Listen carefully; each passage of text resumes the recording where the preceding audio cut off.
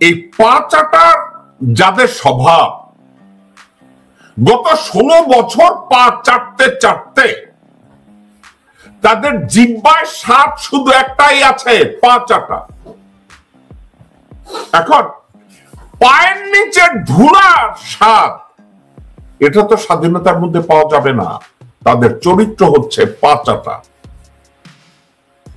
এমন সাংবাদিক বসুন্ধরার বাংলাদেশ প্রতিদিন আছে, ডেইলি সান আছে, প্রথম আলো আছে, ডেইলি স্টার আছে। পা চাটা, পায়ের নিচের ধুলার যে কি স্বাদ, কি মিষ্টি, আহা। এখন নিউজ পেপারের ওই পাবলিশার এবং এডিটররা যদি বলে যে আমি তো আমার জিহ্বায় ওই স্বাদ পাইতেছি না, পায়ের নিচের ধুলা, ওইটার স্বাদ টেস্ট নাই, কি করার? এদেরকে আপনারা স্বাধীনতা দেন আর স্বাধীনতা না দেন, কিছু আসে যায়। আপনাদেরকে একটা কথা বলি, একটু চিন্তা করে দেখেন দর্শক বৃন্দ। একটা ঘোড়া যে তীব্র বেগে দৌড়ায়, একটা ঘোড়াকে গলায় রশি দিয়ে আপনি যদি হাঁটাতে থাকেন ছোটবেলা থেকে, বা বড় বয়সী তাকে যদি হাঁটাতে থাকেন, তাকে যদি কন্টিনিউয়াসলি 2 বছর 3 বছর এই দড়ি দিয়ে হাঁটান, এক পর্যায়ে আর দড়ির দরকার হবে না। দড়িটা খুলে দেন, ঘোড়া দাঁড়ায় আছে, সে মনে করতেছে সে এখনো বাঁধা।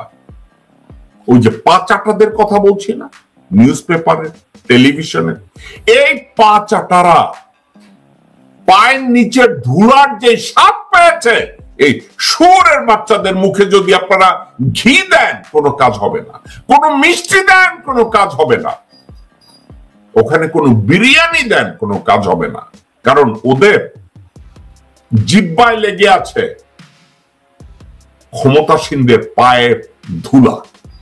ওরা ধুলা খেতে অভ্যস্ত, ওরা স্বাধীনতা চায় না। 16 বছরের সাপ্রেশনের পরে বাংলার মানুষ যদি একটু মুক্ত বাতাসে অক্সিজেন নিতে চায়, শ্বাস নিতে চায়, তাদেরকে নিতে দেয়। রাস্তায় যদি আন্দোলন করতে চায়, তাদেরকে করতে দেয়। 16 বছরের পুঞ্জীভূত রাগ, 16 বছরের পুঞ্জীভূত দুঃখ কষ্ট লাঘবের জন্য আমার দেশের মানুষ যদি 6 মাস 1 বছর মাঠে থাকে, আলহামদুলিল্লাহ, ইটস ওকে।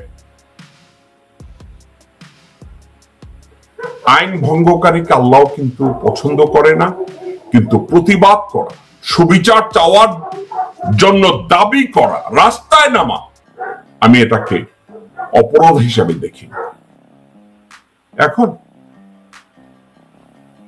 বাক স্বাধীনতার প্রশ্নে ডক্টর মোহাম্মদ ইউনূস এবং তার অন্তর্বর্তীকালীন সরকারের আমি বিশাল সাফল্য দেখছি। এর ভিতরে কোথাও যদি ত্রুটি থেকে থাকে, থাকতেও পারে, কিন্তু এই ত্রুটিগুলো নিয়ে কোনো আলাপ আলোচনা, কোনো অবজারভেশন আমি দেখি নাই। তো আমি নির্দ্বিধায় বলতে পারি এটা ডক্টর মোহাম্মদ ইউনূস এবং অন্তর্বর্তীকালীন সরকারের বিশাল একটা অর্জন। এটাকে অস্বীকার করার কোনো কারণ না। আরো একটা বিষয়,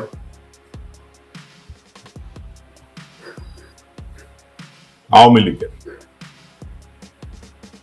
লীগের এমপি মন্ত্রী, তাদের ছেলে, চাচা, খুড়া, খালা, জ্যাঠা, সবাইকে লোন দেয়া,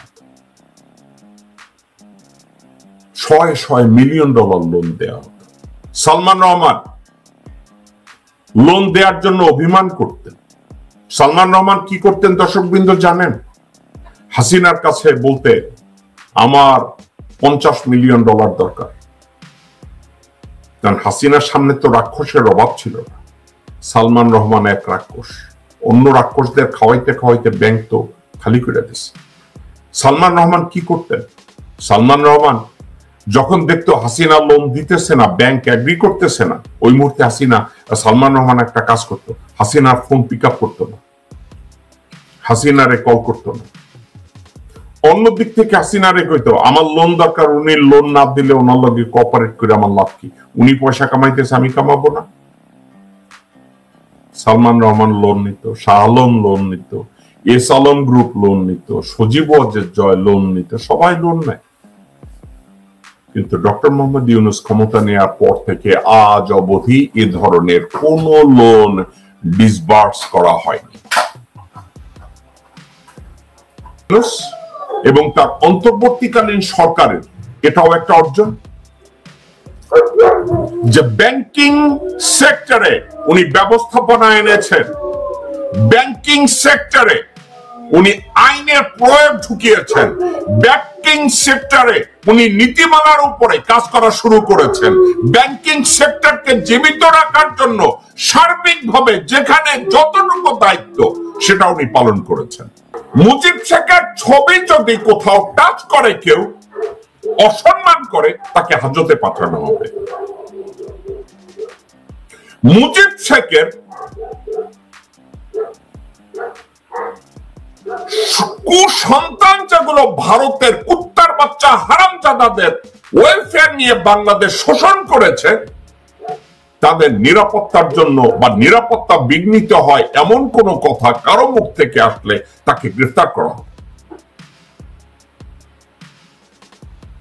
তো ডিজিটাল সিকিউরিটি অ্যাক্টের উপরে আমি কথা না বাড়িয়ে আমি ঠান্ডা মাথায় একটা কথা বলব। আমি এই মুহূর্তে দৃঢ় চিত্তে বলতে পারি বাংলাদেশের মানুষ, বাংলাদেশের নিউজ পেপার, বাংলাদেশের ইলেকট্রনিক্স মিডিয়া পুরো স্বাধীনতা পেয়েছে এবং তাদের স্বাধীনতা রয়েছে। এখন একটা কথা, এখনো যদি কোনো নিউজ পেপারে ডিজিএফআই থেকে, এনএসআই থেকে, সিআইডি থেকে, ডিবি থেকে কেউ ফোন করে থ্রেট করে থাকে, এর কোনো গুঞ্জন আমার কানে এসে পৌঁছায় না। এবং কোন নিউজ পেপারে, কোন নিউজ পেপার এডিটরকে, কোন নিউজ জার্নালিস্টকে আমি বলতে শুনি নাই যে আমরা এই বিষয়ে কথা বলার জন্য, আমরা এই বিষয়ে নিউজ পাবলিশ করার জন্য আমাদেরকে হয়রানি করা হয়েছে। এই কথাটা আমরা বলতে পারি যে এক সময় ছাত্রলীগের ক্যাডার জাহাঙ্গীর ডিজিএফআই ডিজি, আমি জাহাঙ্গীরকে ব্যক্তিগতভাবে চিনি না, কিন্তু জাহাঙ্গীর যে ছাত্রলীগের ক্যাডার ছিল এটা সবাই জানে। এবং ওয়াকার এবং ভারতের র খুব সুকৌশলে ইনফ্লুয়েন্স করে জাহাঙ্গীরের মতো আজাবকে ডিজিএফআই ডিজি করেছে।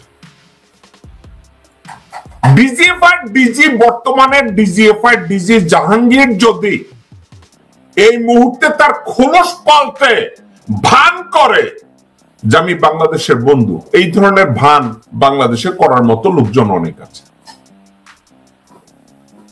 Therefore, আমি কি ঠান্ডা মাথায় বলতে পারি যে ডক্টর মোহাম্মদ ইউনূস এবং তার অন্তর্বর্তীকালীন সরকারের এটাও একটা অর্জন এবং এটাও একটা সাফল্য।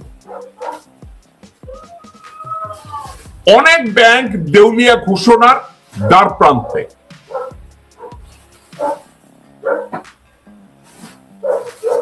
ঠিক আছে।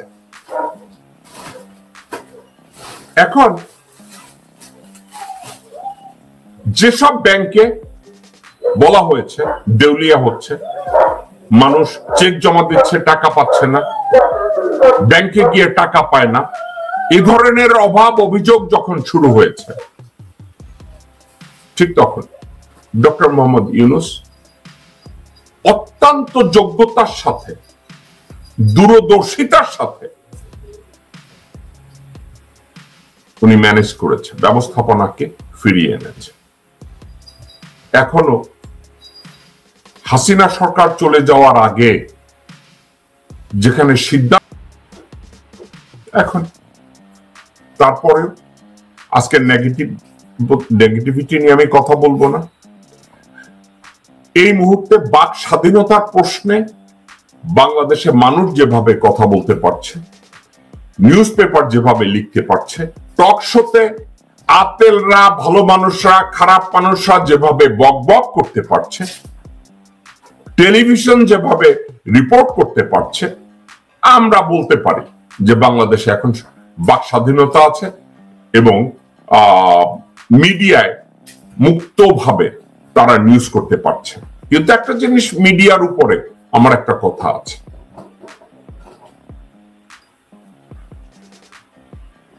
আপনাদের খেয়াল আছে শাহ আলমকে 300 কোটি 400 কোটি টাকা লোন দেওয়া হতো।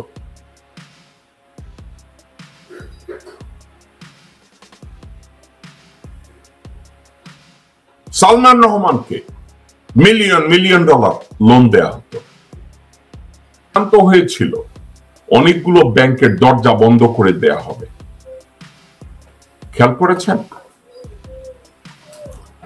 হাসিনা চলে যাওয়ার পরে আজ পর্যন্ত শুনেছেন কোন ব্যাংক বন্ধ করা হয়েছে? দেউলিয়া ঘোষণা করে চলে গেছে।